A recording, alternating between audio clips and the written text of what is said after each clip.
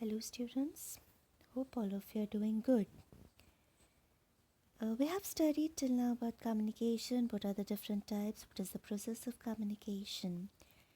Today, we are going to study about the medium of communication. What are the different modes, किस तरह से आप communicate कर सकते हैं. So, let's check. The first one is written communication. ऐसा communication जब आप लिख कर कुछ communicate करें. For example, your emails, your letters, reports, memos, इन सब में हम लिख कर कुछ कम्युनिकेट करते हैं, हमारा मैसेज कम्युनिकेट करते हैं. So that is a form of written communication. Next is your oral communication. जब आप बोल कर कुछ कम्युनिकेट करें, मौखिक रूप से कुछ कम्युनिकेट करें, that is oral communication. For example your interviews, presentations, speech, debate, telephonic conversation, ये सारे एग्जाम्पल्स हैं ओरल कम्युनिकेशन के. Next comes your visual communication. Visual ऐसा कम्युनिकेशन जहाँ शब्दों का यूज़ ना हो, आप सिर्फ देखकर मैसेज को समझ रहे हैं या दिखा के मैसेज को कम्युनिकेट कर रहे हैं. For example your traffic signals, the colours communicate. Your symbols, science, colours, बहुत से ऐसे ऑब्जेक्ट्स रहते हैं जहाँ पे हम सिर्फ देखकर मैसेज को समझ सकते हैं. So that is a form of visual communication. Next is audio communication. ऐसा कम्युनिकेशन जहाँ पे आप सिर्फ सुन सकते हैं. फॉर एग्जाम्पल रेडियो, हम सिर्फ उस पर आवाज़ सुन सकते हैं. So that is a form of audio communication. Next is your audio visual communication. ऐसा मीडियम जहाँ पे आप देख भी सकते हैं, सुन भी सकते हैं साइमल्टेनियसली, एक ही टाइम पे. So that is audio visual communication.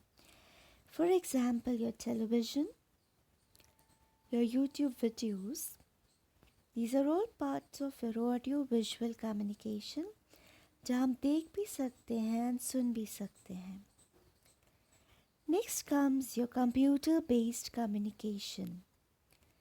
Computer-based usually which involves internet or the gadgets. For example, emails, fax, PowerPoint presentations. These are your computer-based communication. So we have seen the different mediums, modes जिसके through आप communicate कर सकते हैं. The first was written communication. Second, oral. Third is visual. The fourth one is audio. Fifth is audio-visual communication. And the last one is computer-based communication. Now let's see what are the different C's of communication.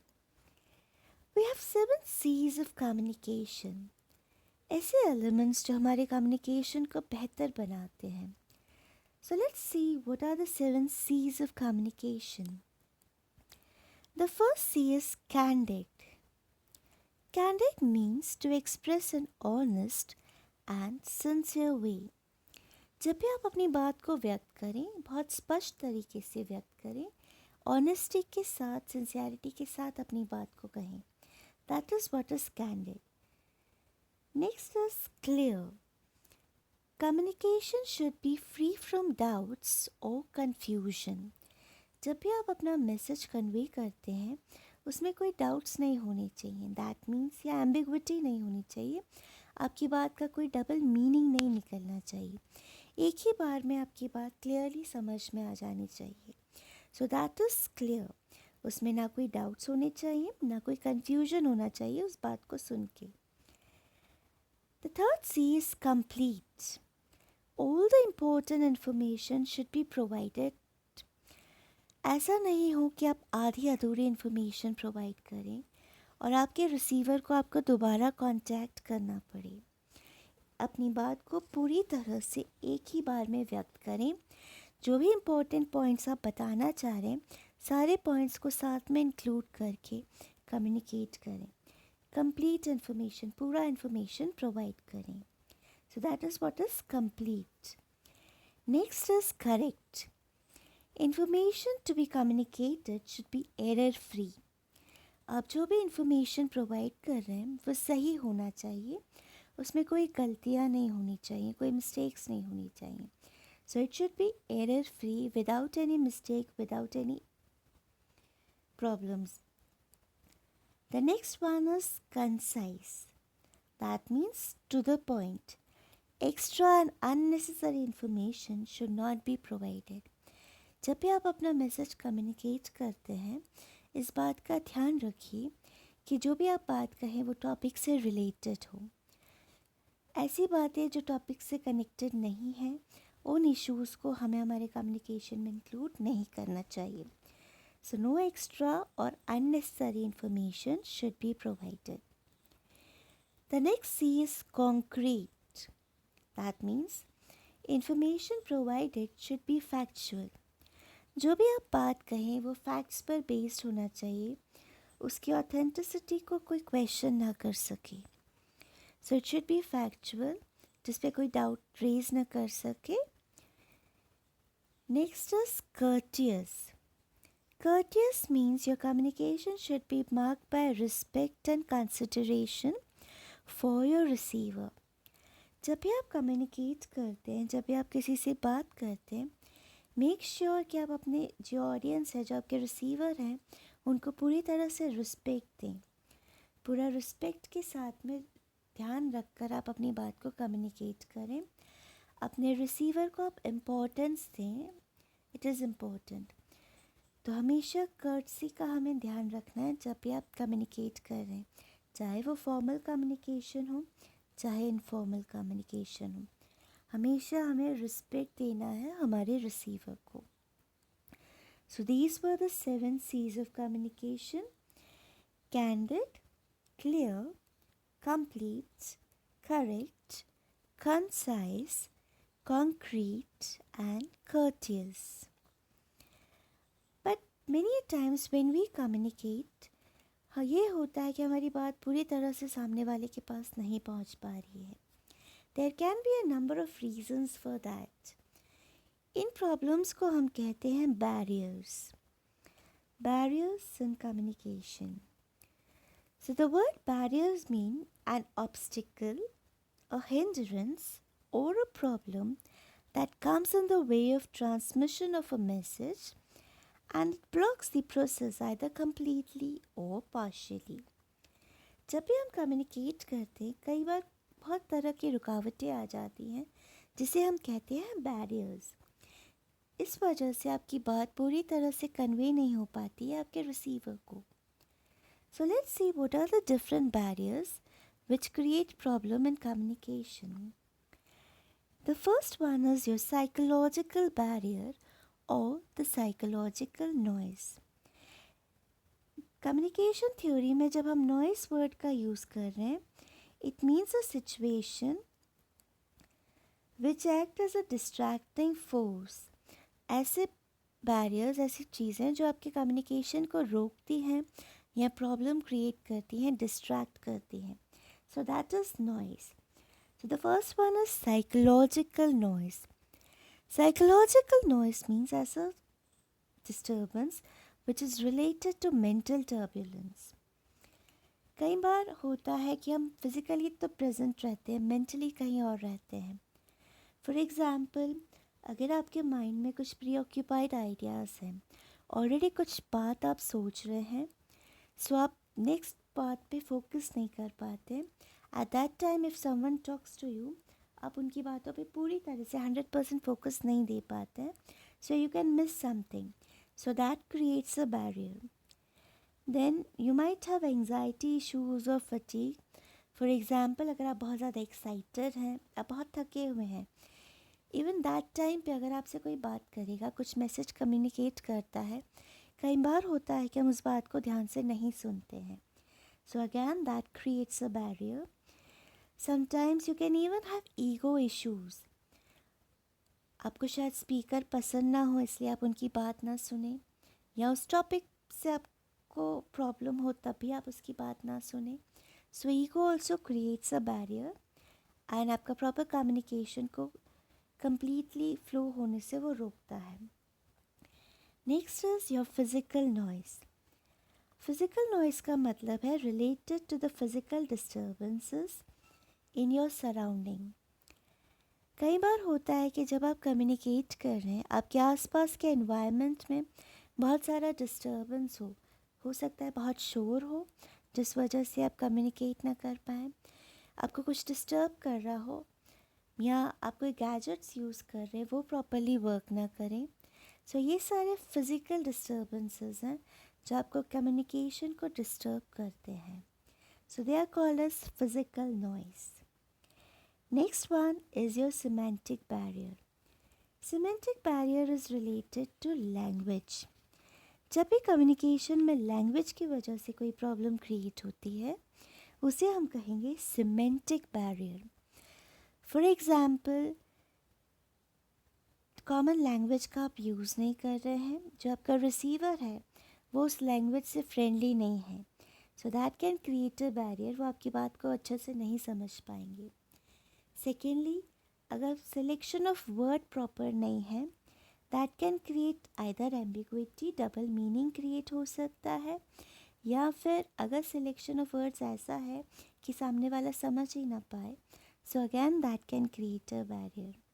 So always be careful कि language, choice of word should be according to the receiver. आपके receiver कौन है उसके according आप select करें language और जो words आप चूज़ करेंगे वो. Next is the social barrier. Social barrier is related to society. कई बार होता है सोसाइटी में ऐसे इश्यूज़ होते हैं जिस वजह से आपको एक्सप्रेस नहीं करने दिया जाता है, आपको रोका जाता है अपनी बात को एक्सप्रेस करने से. So these are the barriers which are related to society and they are termed as social barriers. Next is socio psychological barrier. Again it is related to society. कई बार सोसाइटी की वजह से ऐसे बहुत से इश्यूज़ क्रिएट हो जाते हैं दैट डिस्टर्ब्स यू मेंटली, और आप अपनी बात को एक्सप्रेस करने में हेजिटेट करते हैं. For example, due to financial issues, if you are rich and the other one is poor, so the poor people find it difficult to express themselves. वो अपनी बात को एक्सप्रेस करने में हेजिटेट करते हैं. सोसाइटी में आज भी कहीं बहुत जगह ऐसे कास्ट इश्यूज़ हैं जहाँ पे लोगों को लोअर कास्ट का समझा जाता है और उन्हें अपनी बात एक्सप्रेस करने की इजाज़त नहीं दी जाती, उन्हें अलाउ नहीं किया जाता है कि वो अपनी बात को एक्सप्रेस करें. So that creates socio psychological barrier. Sometimes we have that common phrase कि लोग क्या कहेंगे, that is also an example of socio psychological barrier. Next comes your organisational barrier. कई बार ऑर्गेनाइजेशन में भी बहुत से ऐसे इश्यूज़ रहते हैं जिसकी वजह से आप अपनी बात को एक्सप्रेस नहीं कर पाते हैं. फॉर एग्ज़ाम्पल, अगर आपको अपने बॉस से कुछ बात कहना है, आप बहुत कंफर्टेबल नहीं रहते हैं उस टाइम पे, बहुत हेजिटेशन भी हो सकता है, तो आप अपनी बात पूरी तरह से सही ढंग से व्यक्त नहीं करते हैं. मे बी आप इनकम्प्लीट बात को प्रेजेंट करेंगे. सो again that creates a barrier. Hesitation can be one, ego can be another issues related to organization. कई बार होता है हायरार्की को फॉलो करना होता है, वन स्टेप से अनदर स्टेप पे जाना होता है. सो ड्यूरिंग दैट आपका मैसेज डिस्ट्रैक्ट हो सकता है, ब्रेक हो सकता है, उसका फॉर्म चेंज हो सकता है. So again that can create a barrier. So these are all related to organisational barrier. So we have seen psychological noise, physical noise, semantic barrier, social barrier, socio-psychological barrier, and organizational barriers.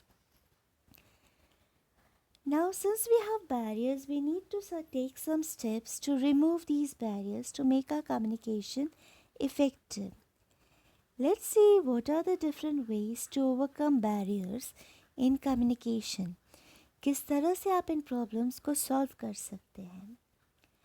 The first thing is planning and clarifying ideas. जब भी आप communicate कर रहे हैं, proper planning के साथ communicate करें. बिना प्लानिंग के कभी भी कम्युनिकेट ना करें. पहले सोचिए आप क्या बात एक्सप्रेस करना चाह रहे हैं. Select a proper medium according to that and then communicate. Then discuss your problems. कई बार होता है you are not very friendly with the topic, so it is always better to discuss your problems with others, so that आपको अलग अलग perspectives मिल जाएंगे, अलग अलग व्यूज़ पता चलेंगे. So that will help you. Go for collective thinking. सिर्फ अकेले सोचने के बजाय आप दूसरों के आइडियाज़ को भी सुने, उनके व्यूज़ को एक सुने, समझें, so that you can have different ideas. Don't contradict others even if you disagree. कई बार होता है हम सामने वाले की बात को से एग्री नहीं करते, हमें लगता है वो जो बात कह रहे हैं वो सही नहीं है, बट स्टिल उनकी बात को कंप्लीट होने का मौका दीजिए. बीच में कभी भी इंटरफेयर नहीं करना करें. कई बार हो सकता है वो आपको कुछ इम्पोर्टेंट बता रहे हों, सो पहले सामने वाले की बात को कंप्लीट होने दीजिए, उसके बाद ही आप इंटरफेयर करें, उसके बाद ही कुछ कहें. Increase the level of motivation. हमेशा अपने लिसनर को, अपने रिसीवर को मोटिवेट करिए जब भी आप कम्युनिकेट कर रहे हैं. इस तरह से आपका कम्युनिकेशन बेहतर वे में हो सकता है. Create a climate of trust and confidence. जो रिसीवर है एंड सेंडर हैं, they should have confidence and trust on each other. So you should create a climate कि जो रिसीवर है वो आपकी बातों पे भरोसा करे, आपको ट्रस्ट करे और आपकी बातों को एक्सेप्ट करे. Reinforce words with action. हमेशा ध्यान रखिए कि आपका body language and the words which you are using should match. जो आप कह रहे हैं और जो आपका बॉडी लैंग्वेज है वो मैच होना चाहिए. ऐसा ना हो सपोज़ आप किसी को बहुत अच्छी खबर सुनाना चाह रहे हैं लेकिन आप बहुत डल वे में बता रहे हैं, आपकी बॉडी लैंग्वेज डल है, आवाज़ बहुत स्लो है, सो वो मैच नहीं होगा. So always reinforce words with action. Try to use feedback. हमेशा फीडबैक लेते रहिए, सो यू नो कि क्या प्रॉब्लम्स आ रही हैं, प्रॉपर कम्युनिकेशन हो रहा है या नहीं, so that you can improve and work on it. Next is use of simple and meaningful language. हमेशा लैंग्वेज को सिंपल रखिए एंड मीनिंगफुल रखिए. बहुत ज़्यादा कॉम्प्लिकेटेड वर्ड्स का यूज़ नहीं करना चाहिए whenever you are communicating. And lastly, your communication should be directed to a purpose and a person. हमेशा have a purpose why you are communicating और हमेशा right audience के साथ communicate करिए. So select the right purpose and the right people whenever you are communicating. If you follow these rules, you can overcome the barriers in communication. Now, if you have any doubt, you can ask your questions and do subscribe so that you can directly get the link of the videos.